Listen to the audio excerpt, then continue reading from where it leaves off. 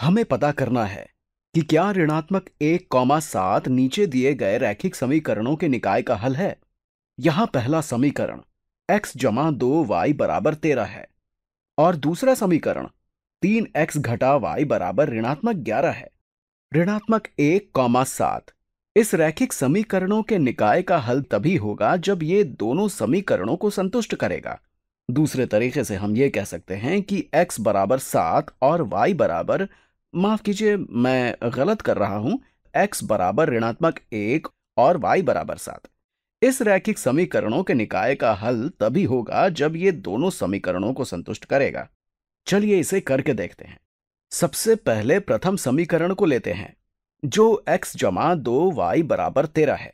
हम यहां ये पता करने जा रहे हैं कि जब x बराबर ऋणात्मक 1 और y बराबर 7 रखते हैं तो क्या x जमा 2y बराबर 13 होगा। तो यहां हमारे पास ऋणात्मक 1 जमा 2 गुणा 7 13 के बराबर होना चाहिए। मैंने यहां प्रश्नवाचक चिन्ह लगाया है क्योंकि हम नहीं जानते कि ये सत्य है या नहीं। चलिए पता करते हैं।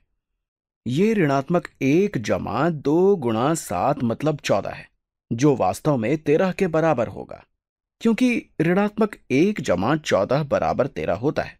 यहां 13 बराबर 13 है, इसलिए हम कह सकते हैं कि ये बिंदु पहले समीकरण को संतुष्ट करता है।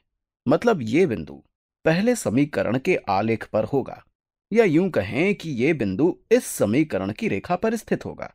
चलिए अब दूसरा समीकरण लेते हैं।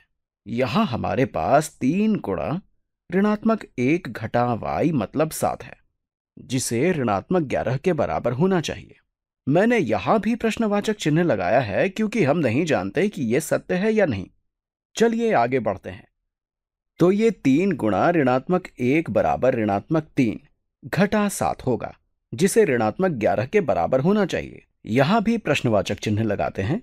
ऋणात्मक 3 घटा 7 बराबर ऋणात्मक 10 होता है, तो यहां हमें ऋणात्मक 10 बराबर ऋणात्मक 11 मिलता है।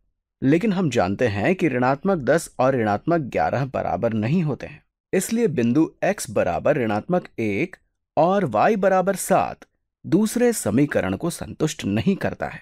मतलब ये बिंदु इस समीकरण के आलेख पर स्थित नहीं होगा। तो ये बिंदु इस रैखिक समीकरणों के निकाय का हल नहीं है, इसलिए हमारा उत्तर होगा नहीं, क्योंकि ये बिंदु प्रथम समीकरण को संतुष्ट करता है लेकिन दूसरे समीकरण को संतुष्ट नहीं करता है। और हम जानते हैं कि रैखिक समीकरणों के निकाय का हल होने के लिए इसे दोनों समीकरणों को संतुष्ट करना होगा।